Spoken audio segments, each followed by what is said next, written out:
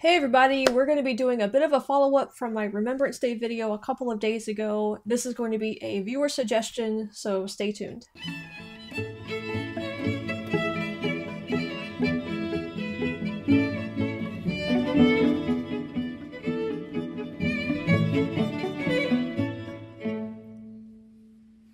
Well, before we start, Roger wants to say hey.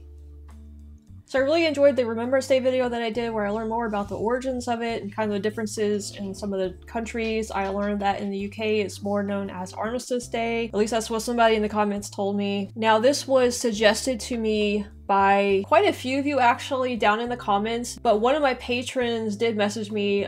His name is David Goggin, and he says, just to let you know, I found out today that you do have poppies in the US because in my video I said we don't do the poppy thing. Now I guess technically I was wrong. We apparently do have like a poppy over here. The thing is we might technically have that, but Americans don't generally wear poppies on like Veterans Day to commemorate anything. Maybe a very tiny portion of the population does that, but I have never ever in my life seen anybody over here in the US wear a poppy. So in that sense, we don't really have the same poppy tradition that other countries might have regarding Remembrance Day. David goes on to say the US poppies differ with a green center compared to the black centered ones in the UK, like this one that I have here. I was wearing this the other day, and I've had some of you in the comments say you're not really supposed to wear it after like the 11 o'clock hour on November 11th, so I wasn't sure if it would be disrespectful to wear it or not.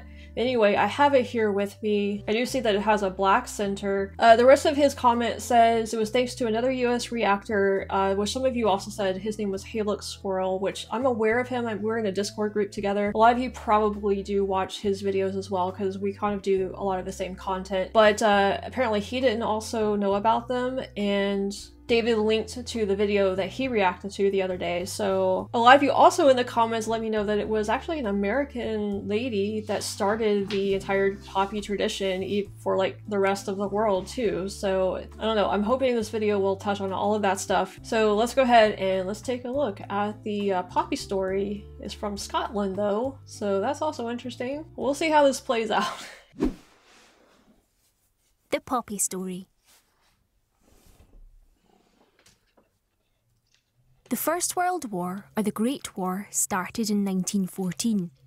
The British Empire and their allies, France, Russia, Italy, and America, fought a war against Germany, Austria-Hungary, and the Ottoman Empire. Millions of men joined the British armed forces and went to fight in the war. The conditions were terrible, and millions were killed or injured. Those that did return home would never be the same again.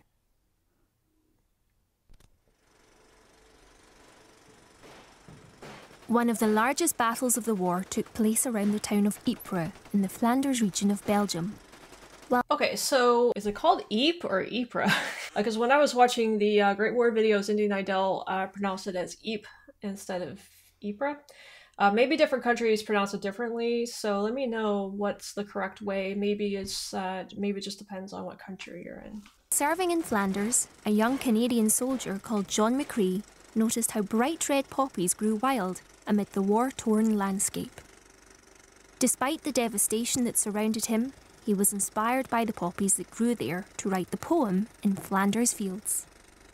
His poem became very popular, and the bright red poppy would soon be adopted as a symbol to remember all those who had fought in the war.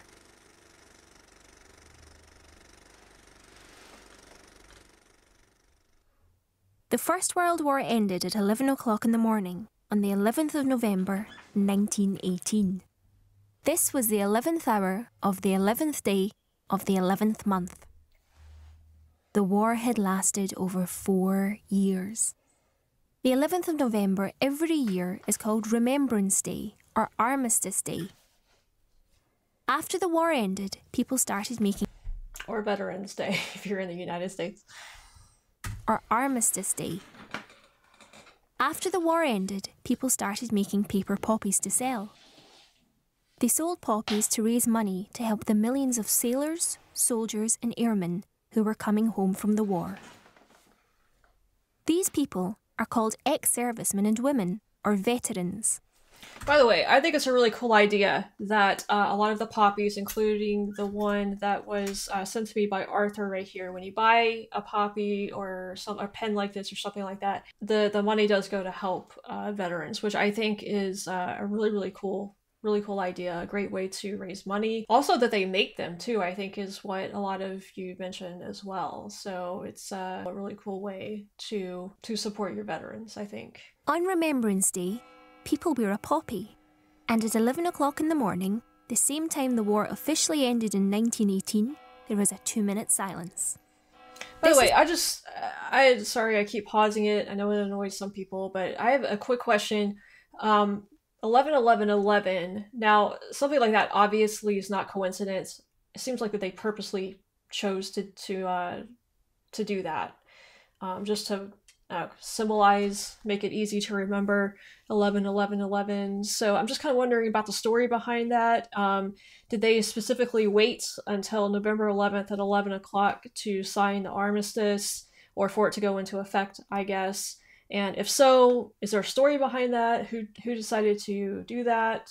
Just kind of interested in that. The war officially ended in 1918. There is a 2-minute silence. This is for people to remember all the veterans who have served their country in a war, not just the First World War. Remembrance Day happens every year around the world. The poppy isn't the same everywhere. Some countries use different designs for their poppy. In England, Wales... Are there different types of poppies like this, or is there one type of poppy and everybody just kind of like made design liberties with it? In England, Wales and Northern Ireland, the poppy has 2 petals and a leaf. But in Scotland, the poppy has 4 petals and no leaf. All the poppies sold in Scotland are made in the Lady Haig's Poppy Factory in Edinburgh. The factory was founded in 1926 by Lady Haig, the wife of Field Marshal Douglas Haig, who was the commander of the British Army in France during the First World War. When the factory first opened, all the poppies were handmade by just 2 ex-servicemen with some red paper and a pair of scissors. Today, there are over 40 ex-servicemen with disabilities who work in the factory. These men make 5 million poppies every year for the Scottish Poppy Appeal. They also make more than 10,000 wreaths and tens of thousands of wooden remembrance symbols. These include Christian crosses, Muslim crescents, Sikh khandas, the Jewish Star of David, and a symbol for humanists. All the poppies are still made by hand, although a machine now cuts out the poppy shape. The ex-servicemen make 2 types of poppy: a poppy with a green plastic stem and a stick-on poppy. When all the poppies have been made, they're packaged up with collecting tins for the money, then sent to our volunteers all over Scotland. Wow, so they come with a collecting tin. Interesting. I thought it was just all done kind of electronically, where they would kind of tally up how much money was given and or how much money was exchanged for the poppies, I guess, and then it would be all electronic, I would have assumed. But that there's actually a collection tin. It reminds me of like Salvation Army type stuff that you would see over here in the US. But that's cool. It's like kind of an old school way of doing it. So it kind of, I don't know, kind of gives it a special, unique twist that I kind of like that. Every village, town and city in Scotland has volunteers who donate their time for free to sell poppies in their local area. Poppies are sold in lots of places.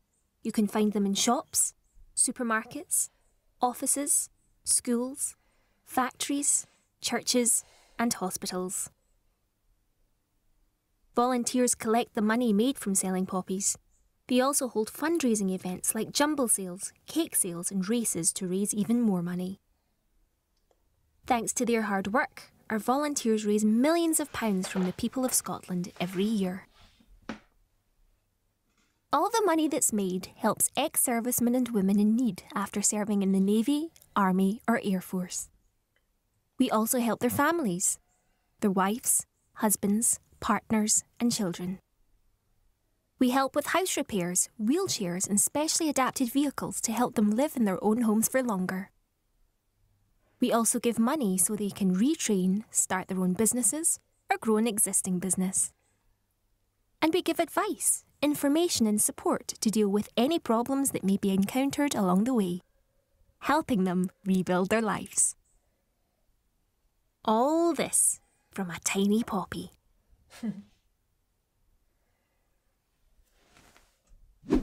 Wow, that was really, really cool. There was a lot more to it than I thought that there was going to be. You know, when you guys just said that the money goes to help veterans, I didn't realize that there were all of those various different areas where you help the veterans. So that is when you get into the specifics of that, and you can see, you know, how the money actually, where it goes and how it's actually used.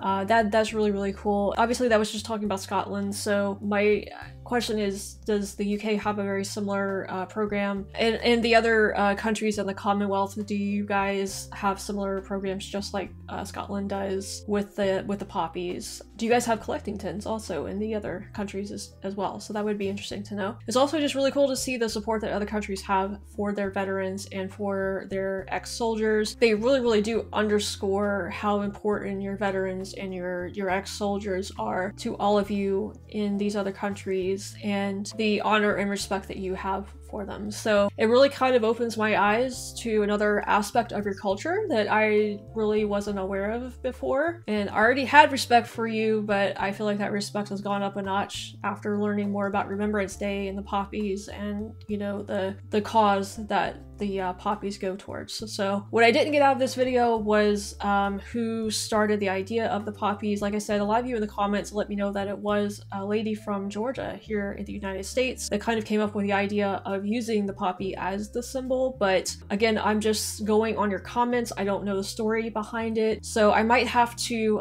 maybe find a video on that. I'll have to go back through your comments and see if one of you linked a video or some information. If that's true, I kind of find it ironic that an American is the one that came up with the idea for the poppy, and yet other countries are the ones that really adopted the tradition of wearing the poppy, whereas the United States didn't really. At least not in modern day. I don't know if back in the earlier 20th century if wearing a poppy was a thing or not, but I can tell you in my lifetime I've never seen anybody wear them here in the US. So that is why Hey Look Squirrel and I were completely unaware that we had poppies over here. But it also makes me wonder if the money that comes from the sale of poppies over here in the US goes towards our veterans as well. Again, that's also something else I need to look into and find out, I guess. I just love how like learning about other countries can also make you learn more about your own. Anyway, that's a very abbreviated version of the poppy story from the Scottish perspective, but that's totally fine. We kind of watched a video on Remembrance Day from the Canadian perspective. I'm going to try and watch the Remembrance Day concert